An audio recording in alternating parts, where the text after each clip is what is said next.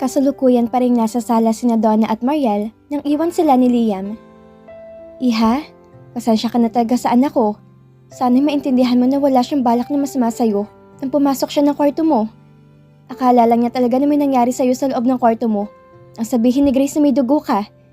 Iba ang pagkakaintindi ni Liam, kaya agad kanyang pinuntahan. Pagpapaunawa ng ginang nang sila na lamang dalawa ang nasa sala. Mabuti, at may extra ng sanitary napkin si Joycelyn at may magagamit ka. Natakot ka ba iha kanina? Ang sabi kasi ni Grace, pagbalik niya sa kwarto mo para dalhin ang hiniram niyang napkin kay Joycelyn, ay nakatulala ka raw. Masungit man minsan ang panganay ko, mabait at magalang sa babaeng anak kong yun. Sana'y maunawaan mo na pagkakamali lang talaga niya ang pagkakakita ng hubad mong katawan iha. Natatawang hinging paumanhin ng ginang sa kanya. Namula naman ang mukha ni Mariel sa ginawang panunodyo ni Mrs. Moran, kaya napayuko siya. Tita Donna, wag yun na pong gawing malaking issue yon. Narinig naman po natin ang dahilan ng anak nyo, at wala naman po taga siya masamang intensyon sa akin, ang sabi niya. Naiintindihan ko naman po naging aksyon niya dahil sa maling akala. May kasalanan na rin po kasi ako. Hindi po ako nakapaglock ng pintuan ng banyo. Hindi lang po mawala sa akin ang makaramdam ng pagkailang sa tuwing kaharap kong anak mo, Tita Donna. And please, Tita, wag niyo na po palang ipaalala nung nangyari kanina. Nahihiya po ako. Saad ni Mariel at pag-amin sa kung anong nasa loob niya. Thanks, Rebecca. O siya, sige, hindi na mauulit, sorry. Mabuti pa samahan mo na lamang ako na magpunta ng supermarket at mag-grocery tayo para makabili na rin tayo ng mapangangailangan mo ng personal hygiene at toiletries mo at ako rin ay may bibilhin. Mauubusan na ako ng facial cleanser at toner, iha. Maggiliw na pag-aya sa kanya ni Mrs. Moran. Gusto ko rin bumili ng gagamitin kong pambake mamaya. Maaari mo ba akong tulungan mamaya na gumawa ng cookies at blueberry cheesecake, Rebecca? Favorite kasi ni Liam ang dessert na yon. Masayang wika ng ginang sa kanya na hindi naman ni Mariel na kayang hindian. Dahil sa ayaw niyang masira ang magandang mood ng ginang, kaya pumayag na siya sa nais nitong isama siya sa pamimili. Kayo po, Tita Donna, kung okay lang po sa inyo na makasama ako. Ang inaalala ko lang po ay baka mahirapan at matagalan kayo sa pamimili ng dahil sa akin. Ang sabi niya, isasama natin si Grace sa pamimili, kaya huwag mo nang alalahanin pa na makakasagabal ka. Okay? Pagpapalubag loob ni Donna sa kanya na malawak niyang ikinangiti sa mabait na ginang. Ngayon na po ba tayo aalis, Tita Donna? Tanong ni Mariel. Naku, iha, hindi ka pa nga kumakain ng agahan dahil sa nangyari kanina? Nakalimutan mo na. Hindi ka ba nakakaramdam ng gutom? Ang mabuti po'y mag-almusal ka na muna at ako'y aakyat na sa itaas. At pag natapos ka na, tsaka tayo aalis. Saad ni Mrs. Moran na tinanguan niya. Tulad nga ng sinabi ni Mrs. Moran, matapos si Mariel na makapag-breakfast ay umalis na nga sila ng bahay at nagtungo nga sila sa isang malapit na mall kung saan raw madalas mamili ang ginang. Dahil may supermarket din naman raw sa loob ng mismong mall na pupuntahan nila. Sa loob ng supermarket ay nakaalalay sa kanya ang ginang, habang si Grace naman ang humahawak sa malaking pushcart. Dinala siya ng ginang sa health and beauty care section or personal care ng pamilihan. Enjoy na enjoy ang ginang sa pamimili na magustuhan nito para sa kanya. Ang tanging kinuha lang niya ay ang brandang shampoo, body wash at sanitary napkin na matagal na niyang ginagamit. And the rest ay si Mrs. Moran ang kumuha para sa kanya. Tulad ng mga facial wash, feminine wash, toner, cleanser, facial cream, at ibinili siya ng ginang ng ilang cosmetics like lip tint, lipstick, lip balm, face powder at cologne spray.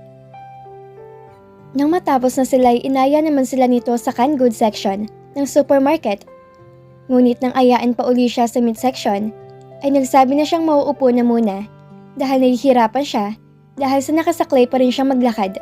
Ay nakiusap siya na manatili na lamang sa isang lugar kung saan siya pwede maghintay at hihintayin na lamang niya ang mga tong matapos. Tama, iha. Hintay mo na lang kami ni Grace sa labas ng supermarket. Ay mayroong ice cream parlor. Wait, ito iha ang pera kung sakaling may magugustuhan kang bilhin habang naghihintay sa amin ni Grace. Pagsang-ayon ng ginang sa kanyang sinabi. Wag na po tita, okay lang po ako. Mauupo na lamang po ako roon para madali niyo ako makita paglabas niyo. Saad ni Mariel, ngunit nagpumilit pa rin si Mrs. Moran, kaya tinanggap na rin niya ang pera. Pagkalabas nga ni Mariel ng supermarket, ay nakita niya agad ang ice cream parlor na sinasabi ni Mrs. Moran. Pumasok siya roon at naupo para hindi na rin nakakahiya, ay bumili na rin siya ng ice cream at binagala na lang niya ang pagkain nang may lumapit sa kanya mag-ina. Teacher Mariel? Ikaw nga teacher, kamusta ka na? Sambit ng ginang na nakakilala sa kanya. Natandaan naman niya ang babae nang tumingin siya sa kasama nitong bata na anak nito. Hello po Teacher Mariel. Ang bati sa kanya ng batang tinuruan niya noong nag-tutor pa lang siya, noong bagong graduate pa lamang siya at hindi pa nakakapagturo sa eskwelahan na pinasukan niya. Mrs. Suarez, kayo po pala. Hi Althea, how are you? Ang laki mo na lalo ka pang gumaganda like your mom. Wika niya na maalala na ng lubusan ang mag-ina. Akala ko nakalimutan mo na kami Teacher Mariel. Ilang years na rin kasi no? At malaki na nga sa Althea. Dito ka rin pala namimili? Kasi kami kakalipat lang namin ng bahay malapit dito. Pagkukwento ko sa kanya nito, nang mapansin niyang hawak na cellphone ni Mrs. Suarez na may naisip siya.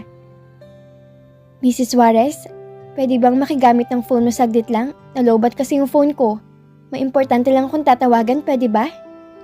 Paghingi niya ng pabor sa ginang. Nag-finger cross pa siya at piping na nalangin na sana'y pumayag ang babae. Sure!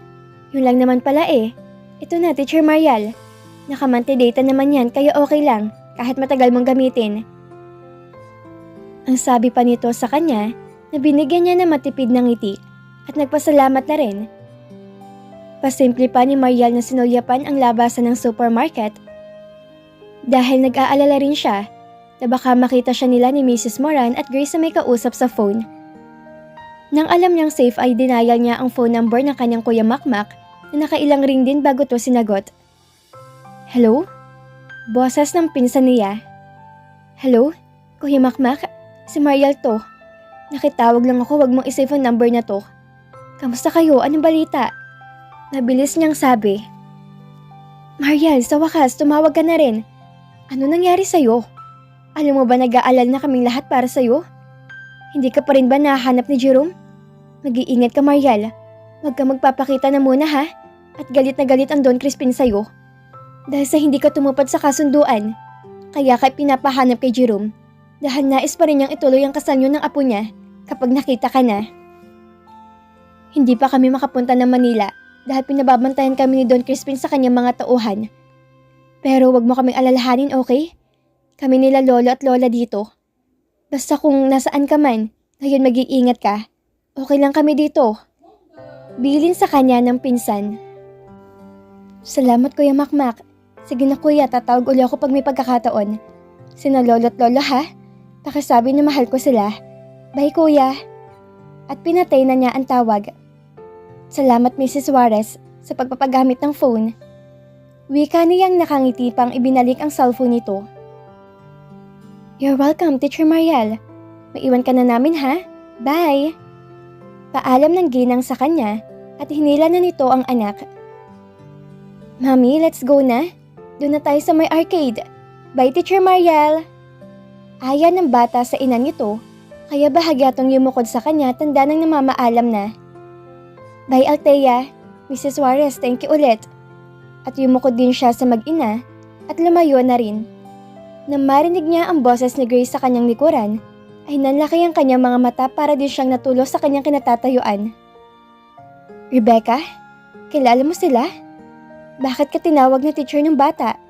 Nakakaalala ka na? Pagtatanong ni Grace sa kanya, na mababanaag sa mukha nito ang pagtataka at paghihinala. Grace, magpapaliwanag ako. Please, pakiusap. Huwag mo muna sanang sabihin kay na Mrs. Moran na nakita at narinig mo.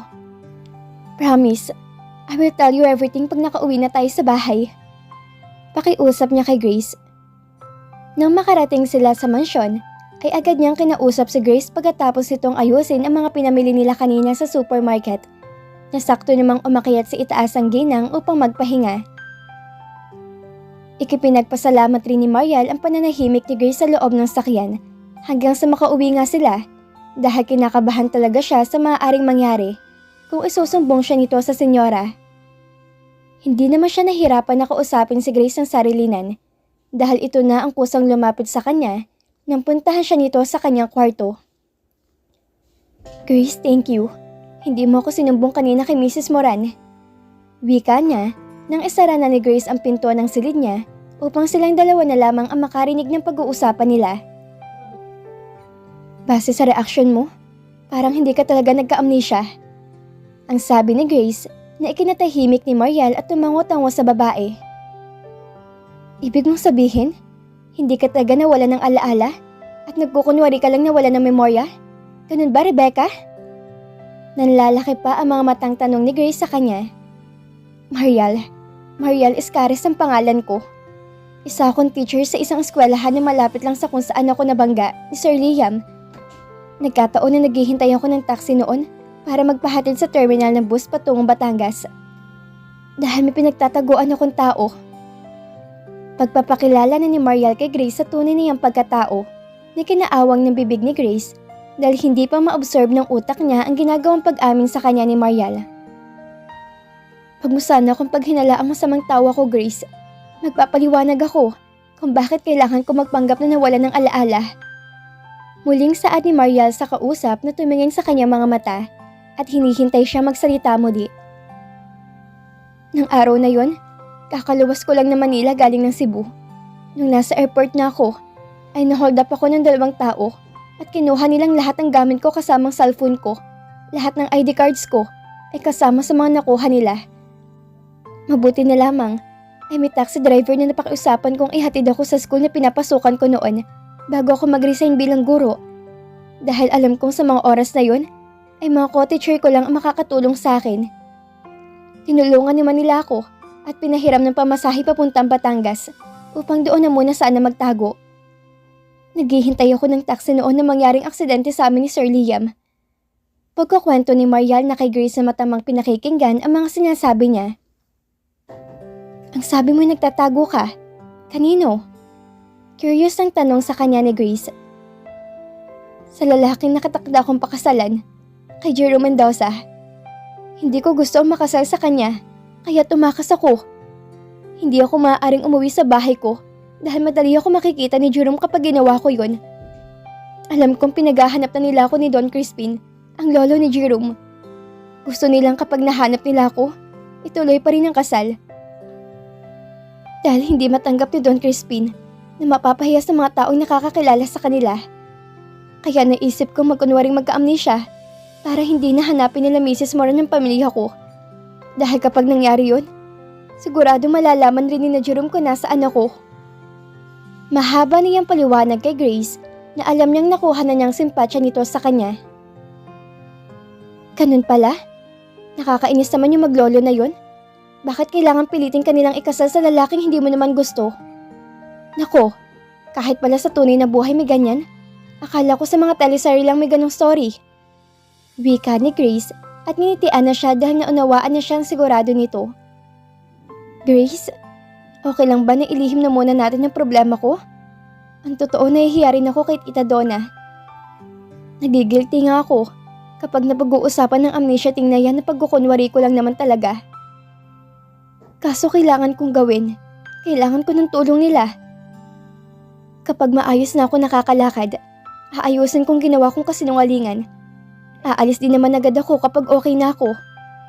Sana maunawaan mo. Please, Grace. Pagsusumamo niya sa kaibigan. Sige, Rebecca. Ay, Mariel pala. Natawa pang saad ng kasambahay. Salamat, Grace. Salamat talaga. At nakahinga na maayos si Mariel at nakangiti na siya sa harapan ni Grace na kanina ay kaba at takot ang kanyang nadarama. Diba Mariel, teacher ka? Ang sabi mo. Muling naitanong ni Grace sa kanya. Oo, totoo naman yon. Elementary teacher ako. Bakit? Nagdududa ka ba? Balik niyang tanong. Hindi ah. May hihingin sana akong pabor sa'yo kung okay lang naman. May kachat kasi akong afam. Nahihirapan ako mag-English. Alam mo na, hindi naman kasi ako matalino kahit na nga nakatapos ako ng high school bago na masukan dito kina senyora. Puro hi, hello, how are you, good morning, afternoon, evening lang ang madalas kong sabihin sa kanya. Alam mo na. Siyempre gusto ko rin naman siya makausap na matagal kahit na nga ang sabi niya na siya mag-a-adjust. Alam mo ba nag-aaral siya magsalita ng Tagalog para raw sa akin? O diba nakakakilig? Kaya Mariel, pwede mo ba akong turuan mag-English? Mahabang litanya ni Grace na ikinatawa ni Mariel. Sure, akala ko naman kung ano na, yun lang pala. Walang problema, sige tuturuan kita. Basta sa gabi na lang kapag natapos ng trabaho, pumunta ka lang dito sa kwarto ko. Sagot naman niyang ikinatuwa ni Grace. Sige na, babalik na ako sa trabaho. Baka hinahanap na rin ako nila Joycine at Ate Lerma. Yung sekreto mo wag kang mag-alala, hindi ko idadaldal sa kanila. Pahabol pang sabi ni Grace sa katuloy ng lumabas ng kwarto niya. Napangiti naman si Mariel sa huling sinabi ng kasambahay nila Mrs. Moran sa kanya. Samantalang sa opisina, ay pilit inabala ni Liam ang kanyang sarili sa trabaho dahil hindi maalis sa kanyang isipan si Rebecca. Sir Liam, kukunin ko na po yung pinapirmahan ko sa inyo kanina. Kailangan na raw po ng accounting department. Sir Liam, mag-hiring daw po na bagong aplikant para sa marketing department. Ipinapatanong po ng head ng HR kung gusto niyo pong sumali sa mga mag-i-interview mamaya sa ilang aplikante kung okay raw po sa inyo, ay kayo raw po ang mag-interviews para sa mga magfa-final interview na. Sa ad ng kanyang secretary, na kinukunot ng kanyang noo. What the? Trabaho nila yon at wala akong time para mag-interview ng mga bagong aplikant. They are stupid to ask me for that such kind of stuff. Goodness! Galit niyang sagot sa kanyang sekretarya. Nakaramdam ni Liam ay biglang umalpas ang inis na kanya nararamdaman kanina pa bago pa lang siya makarating ng kumpanya. Idagdag pa, ang mayat-mayang pagsagi sa isipan niya na magandang mukha ni Rebecca. What's happening here, Brad? Malayo pa lang ako, dinig ko ng pagsigaw mo sa sekretary mo ah. Anyari sa'yo? Hindi ka naman ganyan dati. Asan ang Liam na pang sweet at very kind sa kanyang mga empleyado? Bungad na wika ni Colton nang datnan siya nito sa opisina. Go back to your table, Mrs. Garcia. Tatawagin na lamang kita pag may kailangan ako. Utos ni Liam sa babaeng kanina lang ay nasigawan niya. Why are you here, Colton? Tanong ni Liam sa kaibigan sa seryosong boses. To visit you, I guess? Pangiinis sa sagot ni Colton sa kanya. Sinamaan lang niya ng tingin to, kaya sumeryoso na rin. Binalitaan ako ni Tita Donna. Sinabi niya sa akin na nakabalikan na raw ng kumpanya. I'm happy for you, Brad, dahil unti-unti ka nang bumabalik sa realidad ng buhay. Ang sabi ni Colton sa kanya, na kinapalatak lang din niya. Hindi na kita nadalaw sa ospital nung maaksidente ka dahil nasa Batangas kami pareho ni Jack. May inasikaso kaming bagong business doon. Muling saad ni Colton na parang baliwala naman kay Liam na napansin din ito. Heist, grabe Brad, wala ka man lang bang sasabihin o ikukwento? Ang layo ng biniyahe ko galing pa akong Batangas, tapos dito ako dumiretso para lang makita ka? Yun pala, dededmahin mo lang ako. Pagrereklamo nito kay Liam na tumingin naman kay Colton. Don't disturb me. Nasa opisina pa ako. Mamaya kita na lamang tayo sa favorite na hangout natin at 8 p.m. Pwede kang umalis na Mr. Vergara?